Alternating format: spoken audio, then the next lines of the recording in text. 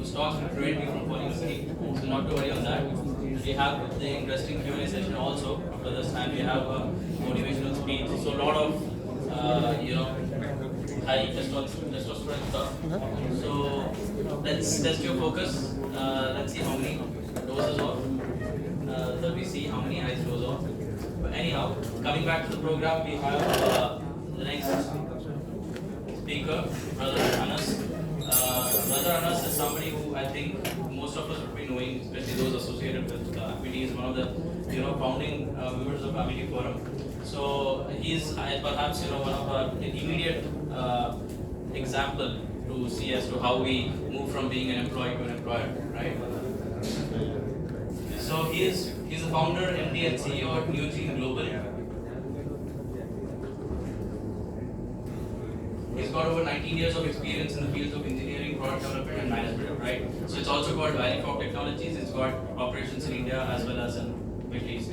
So we invite the Brother Anas to share his experience with us.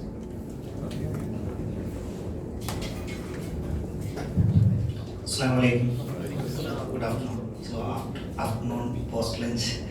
So there will be always challenging, like Farah said. So I will try to maybe explain or share my experience.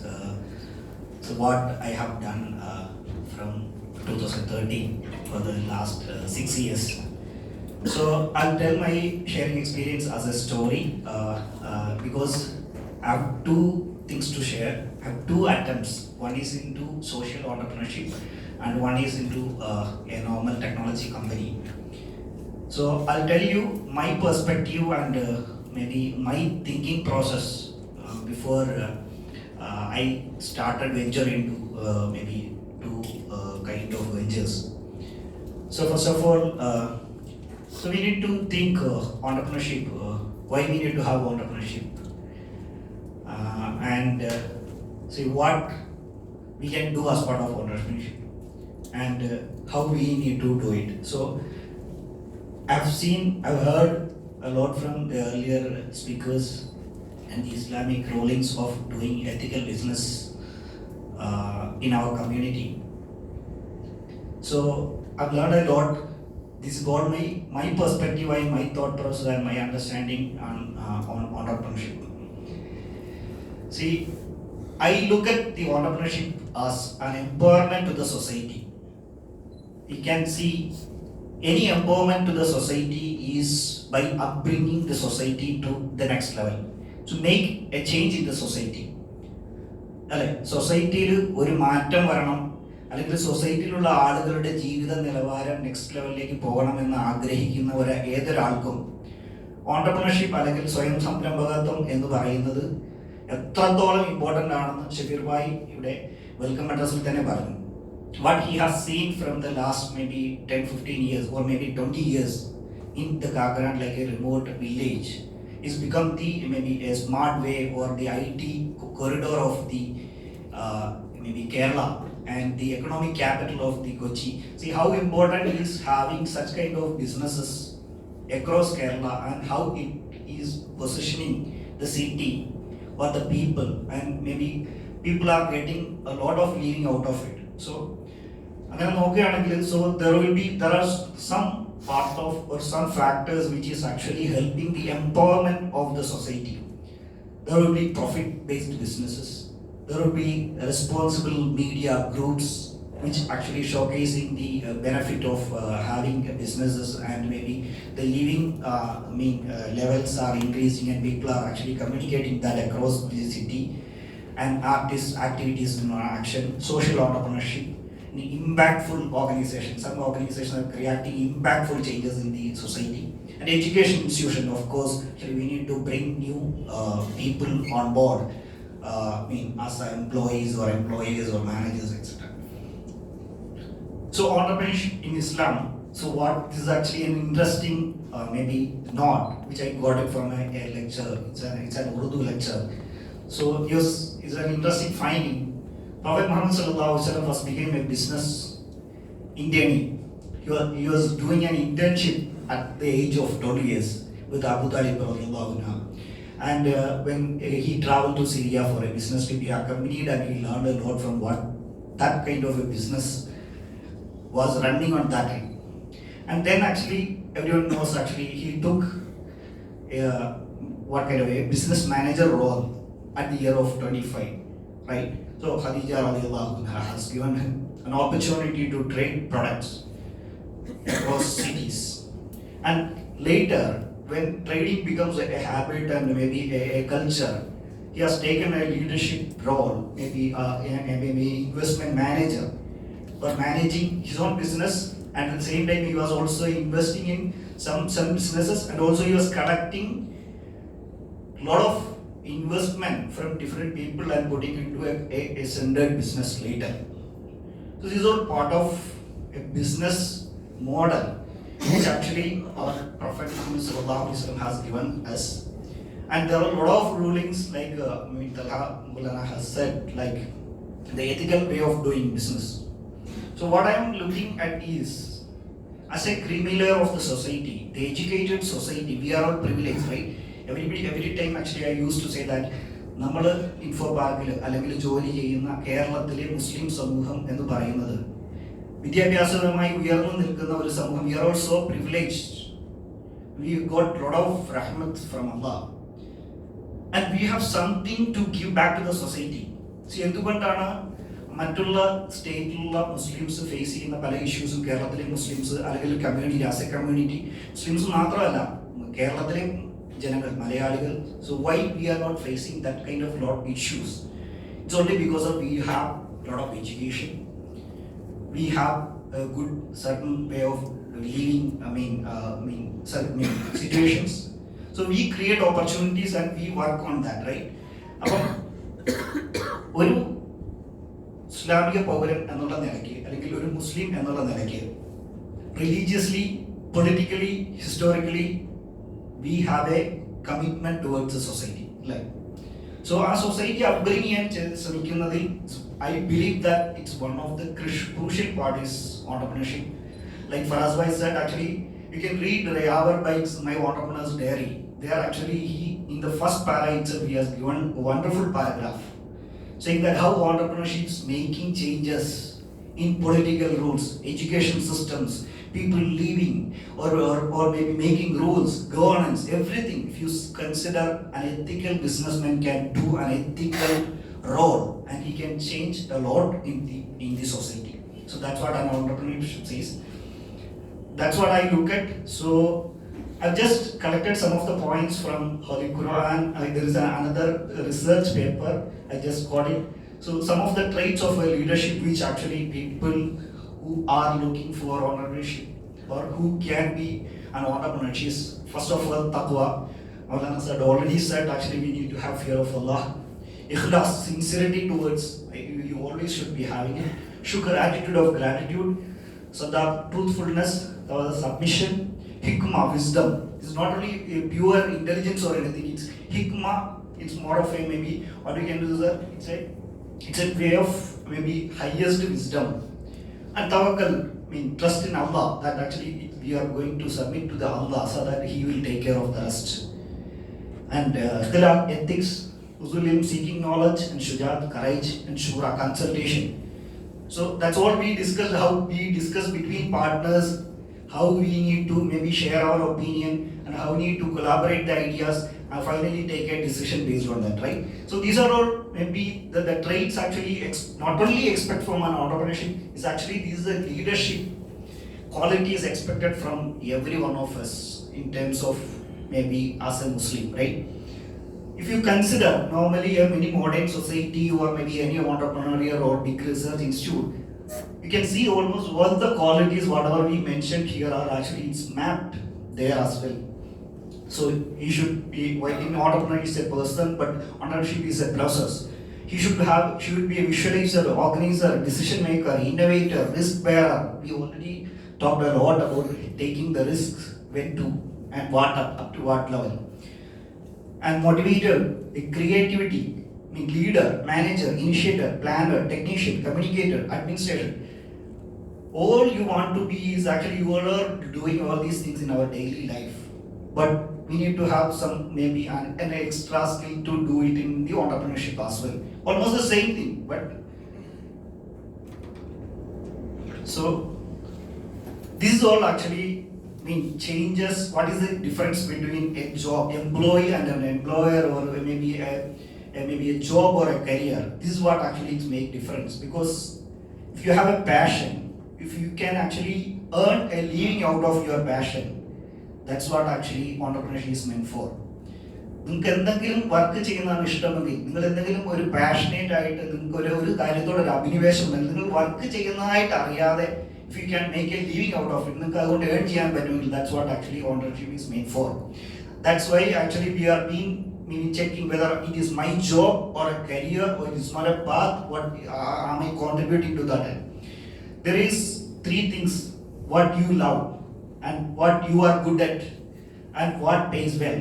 If matches everything is to a single point, it's a conversion point, then we can say that actually I'm on the right path. I'm loving the job what I'm doing, and I can get an earning out of it, and actually I'm more good at it, or I can maybe get skills up to that. So I will tell a story. See, this is my story. I hail from an old remote village of Idiki. You can see my school even after all these 30-35 years. It's still the same classroom. You can see the same level. It has been earlier also. One building actually, it's a landsliding. We missed one school building, and next year we missed due to big fire, because it was other bullet tower kettamayirunnu. So adu fire aayithu poi. So അങ്ങനെയുള്ള ഇടുക്കിയിലെ ഒരു remote വില്ലേജിൽ നിന്നാണ് I was doing my school education. So this is my LP school. You can see my high school, that is also in a remote area in Vandiperiyar village.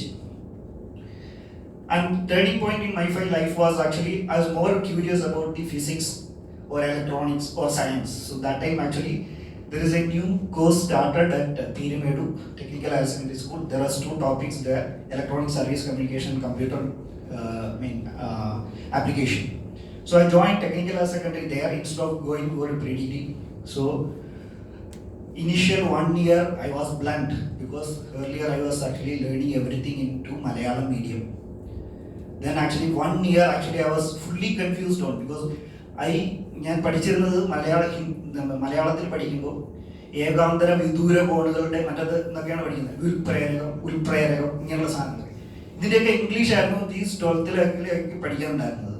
So ഏകാന്തര വിദൂര കോണുകൾ എന്ന് പറഞ്ഞാൽ equilateral ട്രയാങ്കിളിന്റെ ഇതിന് angles എന്നൊക്കെയാണ്. So I took 1 year to understand what I have learned for the last 10 years. അത് ഇംഗ്ലീഷിൽ എന്താണെന്ന് പഠിക്കാൻ വേണ്ടിയിട്ട്. So 11th I lost most of the things. Then 11th എൻഡിലായിട്ടാണ് എനിക്ക് concept again തിരിച്ചു പിടി കിട്ടിയത്. So 12th I did some good hard work. So I got into engineering entrance, and that too from a very good college. So I got electronics communication engineering in Model Engineering College. To short, actually I got completed my engineering in 2000, 96 to 2000. Alhamdulillah, for good luck, actually I got a campus placement in Technopark, US Technologies. But I was actually more interested in joining an electronics kind of job, a product or technology oriented. But actually that time was Y2K problem. So US Technology put me into Y2K projects. They are supposed to put it, so they trained me in .NET, COBOL and everything. But that time actually I was not comfortable in moving to that. But actually that is a comfort zone for me. That's my first job. That time itself they have given me 14,000 rupees for salary. But that time breaking the comfort zone itself was actually tough for me. But my passion was on electronics and technology product. So I quit that job, campus interview job after training and before joining. Then actually I was searching for a job in Bangalore 3 months. I was searching for all the companies for electronics job. Finally I got a small job in Technopark, but that is a startup company who started their first venture in Technopark. That's a US based company. So I worked from 4 years there. So that years actually I learned a lot from technology aspect, lot of things how a startup company is bringing up, what all actually hurdles we are going to make, what all things are actually we need to take care, what all things we should not do. Lot of failures actually I faced during my initial company, which gave me a lot of experience. In 4 years actually I have done around 40 projects, that to multiple customers. So then I moved to Nest Technologies in Technopark itself. 1 year I worked there. Then I moved to Wipro Technologies. There I worked around 10 years. So there also I have faced a lot of customers, technologies, and everything. One fine day, actually, I thought of I had enough learnings. I started my own. So then I started. See, this like this kind of a thought actually. It came into my mind. Entrepreneur is someone who jumps off a cliff and builds a plane on the way down. So nothing was there for me. Choose to start with. There was no client. There was no team. There was nothing was there. So on a gut feeling, maybe believing my own confidence and believing on tawakkal to Allah. And there are a lot of situations actually we thought actually we can make some changes. So I created a company called Value for Technologies. The name itself was actually I want to create value focused solutions to the community. So that's what value focused technologies. The focus was not given by government, so they have cut the thing and they have given value for technologies. So initially, I selected one of my colleagues who is actually very well in technology. He is actually an ultimate technologist. Whatever idea I am saying, whatever basic proof of concept if I am giving, actually he can come up with a final product. So I chose him. He is actually an atheist. He is not. He not does not believe in. His name is Arun. Does not believe in Hinduism. He is complete an atheist and opposite to all my character. Like actually, Najib Bhai said, actually completely off way to our thoughts. But he gives more points to thought, thinking, and maybe having a good decision making. So coming to the point, so finally we created a product in energy management solutions. So this was actually this product actually we are early to market. This product was maybe that market was coming up in US and UK. We built the same product in a very low cost manner, and actually we initially we faced a lot of issues. Then we collected a few customers, and next year actually we got a National Energy Management Award for Value for Technologies for a different model and service model. And then actually we faced some issue, not issues, actually we faced another opportunity having maybe bringing renewable energy is another opportunity. So we moved to solar, and now we are doing solar solution as one of the thing. Now we have three verticals. One is energy, another is automation, and third is the software. We got an award from Vijay Bawa as a business community award, best excellence award. And last year we started last year an office in Dubai as well. This is all about the Valley Folk story. Another thing what I committed, actually I said actually I have another story more to tell. Maybe since Ashfaq Bhai was not there, maybe I can take 5 more minutes, right? So this is another interesting story. Earlier I said actually that is the value focused thing which I would like to give back to the society, so that solar or energy actually it's a global problem. So I want to solve some of my maybe basic problems of the society, so that whatever is possible from our end actually it's more kind of things. Interestingly, on the fundraising in the Neogen Global or Value for Technologies, there are people in this crowd actually who are my investors. So I have given them 2 years of dividend, and this is the 3rd year actually. So I am so happy. My investors are also believing me, and I can actually giving back to them as well for the benefits. So this is the main story of Alpha Pediatric Rehabilitation Center. My wife is a physiotherapist actually. In 2012, again the same time when I left the job actually, we had to serve some of the cerebral palsy kids. She was working in a government project. That project got closed because of the lack of the funding. So we are forced to start or forced to serve those kids, and we does not have any money or amount or anything in our infrastructure. So we converted our carports of home to a small clinic, and we started giving treatment to that 5 kids with her commitment and this thing. So Alpha Pediatric Rehabilitation Center is a rehabilitation center which gives specialized care to children with special needs. So she started giving physiotherapy training to those kids who are not able to walk because of multiple issues. In 1 year, actually, they were able to walk, all those 5 kids. Then actually 10 kids came to our place. Then actually this was our vision. So maybe rehabilitating the special kids and maybe bringing them up so that make them independent and bring them back to the normal society. This was the vision of the Alpha Technologies, Alpha Rehabilitation Center. So this was the milestone from the 2012. We started with 5 kids in a carport, 10 kids walked, and next year 20 kids came to us. Similarly 30 kids. So we expanded our center to a terrace area, our home. So it again changed because a lot of requirements and people came, kids came. Then actually we left our house and we moved to rented house and completely given the home for the rehabilitation center. And now actually after 2018, this is in 2019 start. Now today we are able to maybe in 160 kids are able to walk their independent step out of our treatment, and around 80 kids are able to achieve speech capabilities. Normally around 80 to 100 kids we are able to send to the normal school. Now we have around 35 staffs, speech therapists, special educators, physiotherapists, psychological counselors, education therapists, and special training teachers. Altogether we have around 35 members of staff.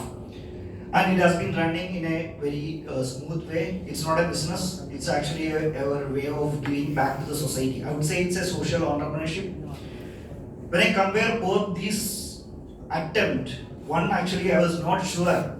So how it was grown, how it was scaled, I was not sure about the Alpha Pediatric Rehabilitation Center, because I would say it's kind of a maybe a blessings from Allah.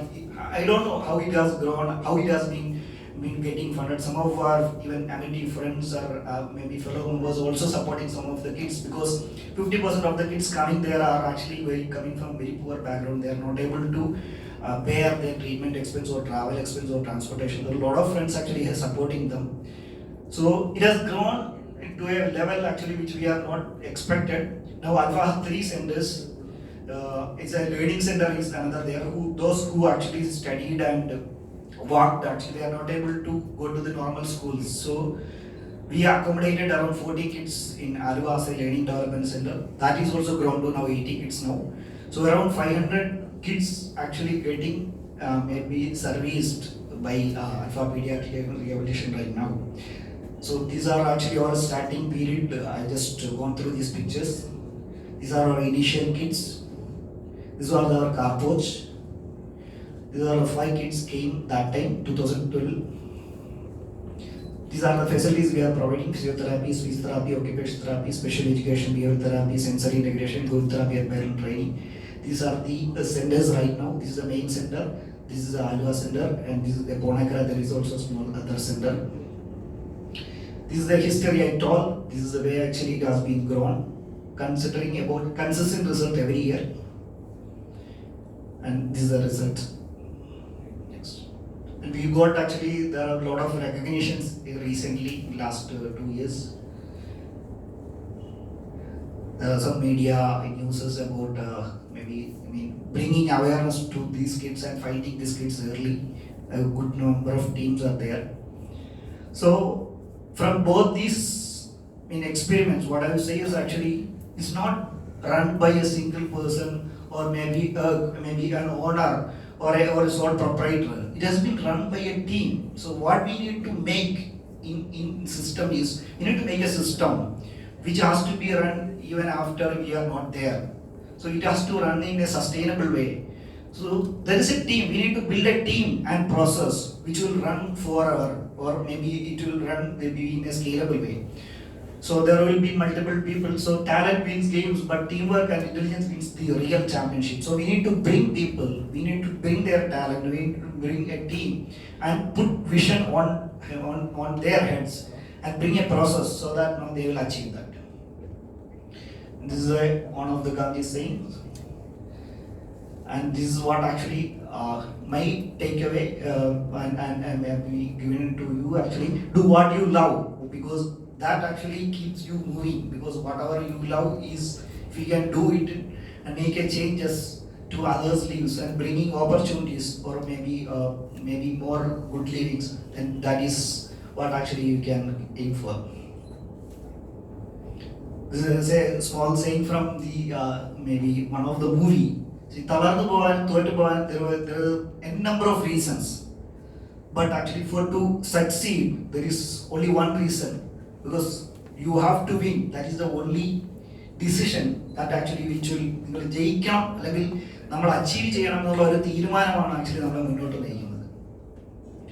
So once again, this is my final saying.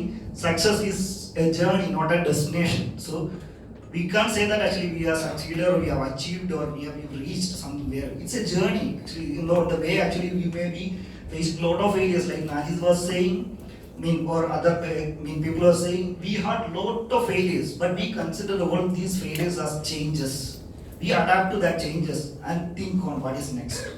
So that's all, my friends. If you have any questions, I can take it.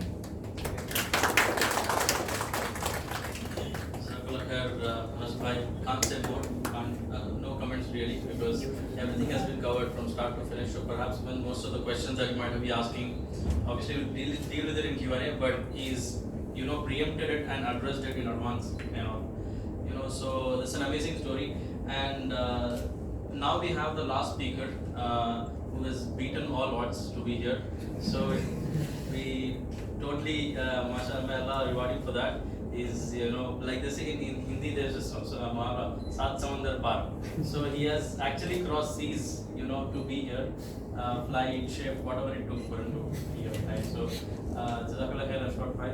And Ashfaq bhai is also somebody that many of us be knowing and also working for, and be looking up as a admirable role model.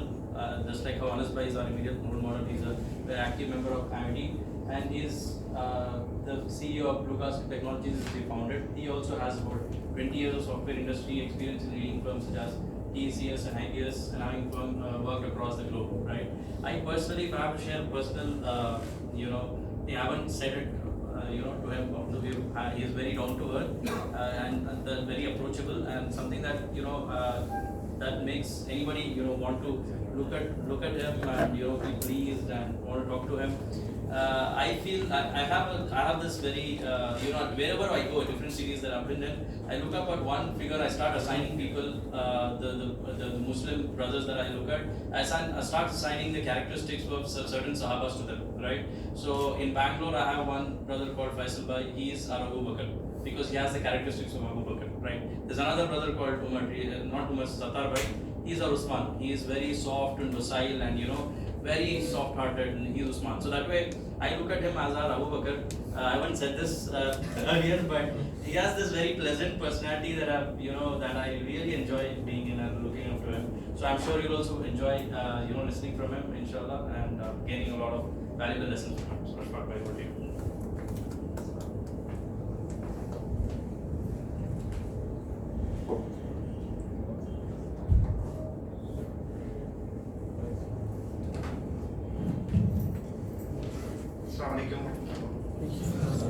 I'm humbled by his words, and there is no way a comparison between a Sahaba and me.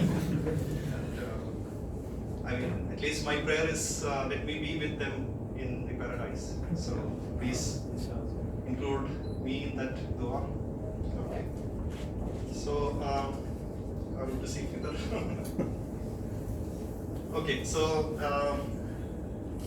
Yeah, let me. I was supposed to be a person who should have helped the organizers to organize this event, but unfortunately, there was a plan which was already there. I had to go to Lakshadweep and reach here yesterday. Unfortunately, the flight we couldn't catch, so I had to take the ship. So it's reached the boat at 11:30.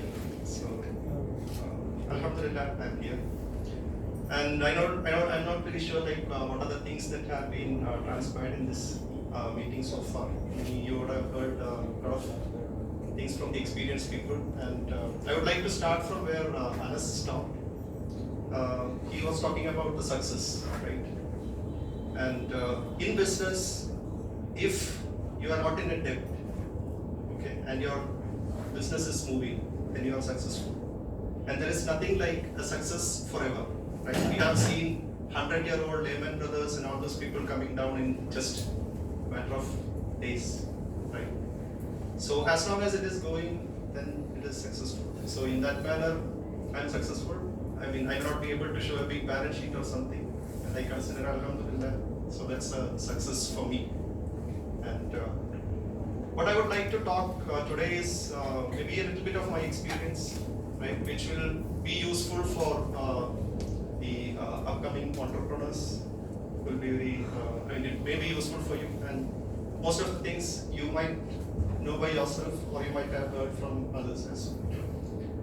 So how I came into business, I was working with TCS, started my career in the end of 1997. I did my MCA and got a campus selection with, there was a company which was formed between TCS and Singapore Airlines as a joint venture, which was called Aviation Software Development Consultancy. So I was recruited by them. Was in Chennai for a few years, went to a few places, and then I went to Dubai in 2002. So there I met a few friends, and one guy was not doing well in business. So we started discussing about business, and I tried to help him out, but even I was inexperienced as well. I didn't know how to run a company, right? I didn't know about the pricing, what it takes, what is the finances, nothing. So we tried to do something together. I was still working with TCS, but it failed. Okay, so nothing moved ahead. So he was with the partnership with another guy. So he was like he already had a lot of personal debts. So I took a few people from Emirates. So he said that he will be our working partner, so he doesn't have to put any money into it. So we all took the money. And the day before it was about to start, we all put like maybe around 2 lakhs each, Indian rupees at that time. So we all put that money, and the next day was supposed to be the inauguration. This guy got a job in another company. He was supposed to be a working partner. And he asked what to do. He asked us what to do. And unanimously we all said that because he had a lot of debt, and we don't know when through the business we can make that amount and close all his debts. So he said, you better go ahead. So we closed the second business even before we started. So that was our second figure. But what I took from that day itself, okay, I had no regrets about it. How I took it is like I considered it as money spent for my MBA, right?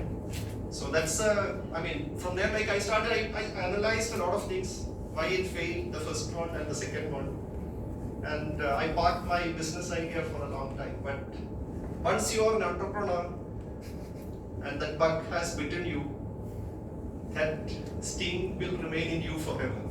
So you always want to go back and do something. So again in 2013 or 14, 2012, he came to me and talked about another business idea. Though he had failure experience 2 times, I still believed in this guy. Okay, and we said okay, we'll go ahead. But this time I said one thing was very sure, that I'm going to be full-time into this. I don't want to take any part-time, because to make it, that was the first lesson that I learned. Okay, and that what I put into practice is that if you want to be in the business, you need to be involved in it. And leave it to some other guys, it won't work. Okay, So that was the first lesson I learned and first lesson I implemented in my business. So that could be a lesson for you as well. Unless you have a very trusted person to rely upon and keep doing. So how we come to business basically is like one could be like you feel that you may not be earning that much and you want to earn more. Okay, so money could be one reason. The second thing could be like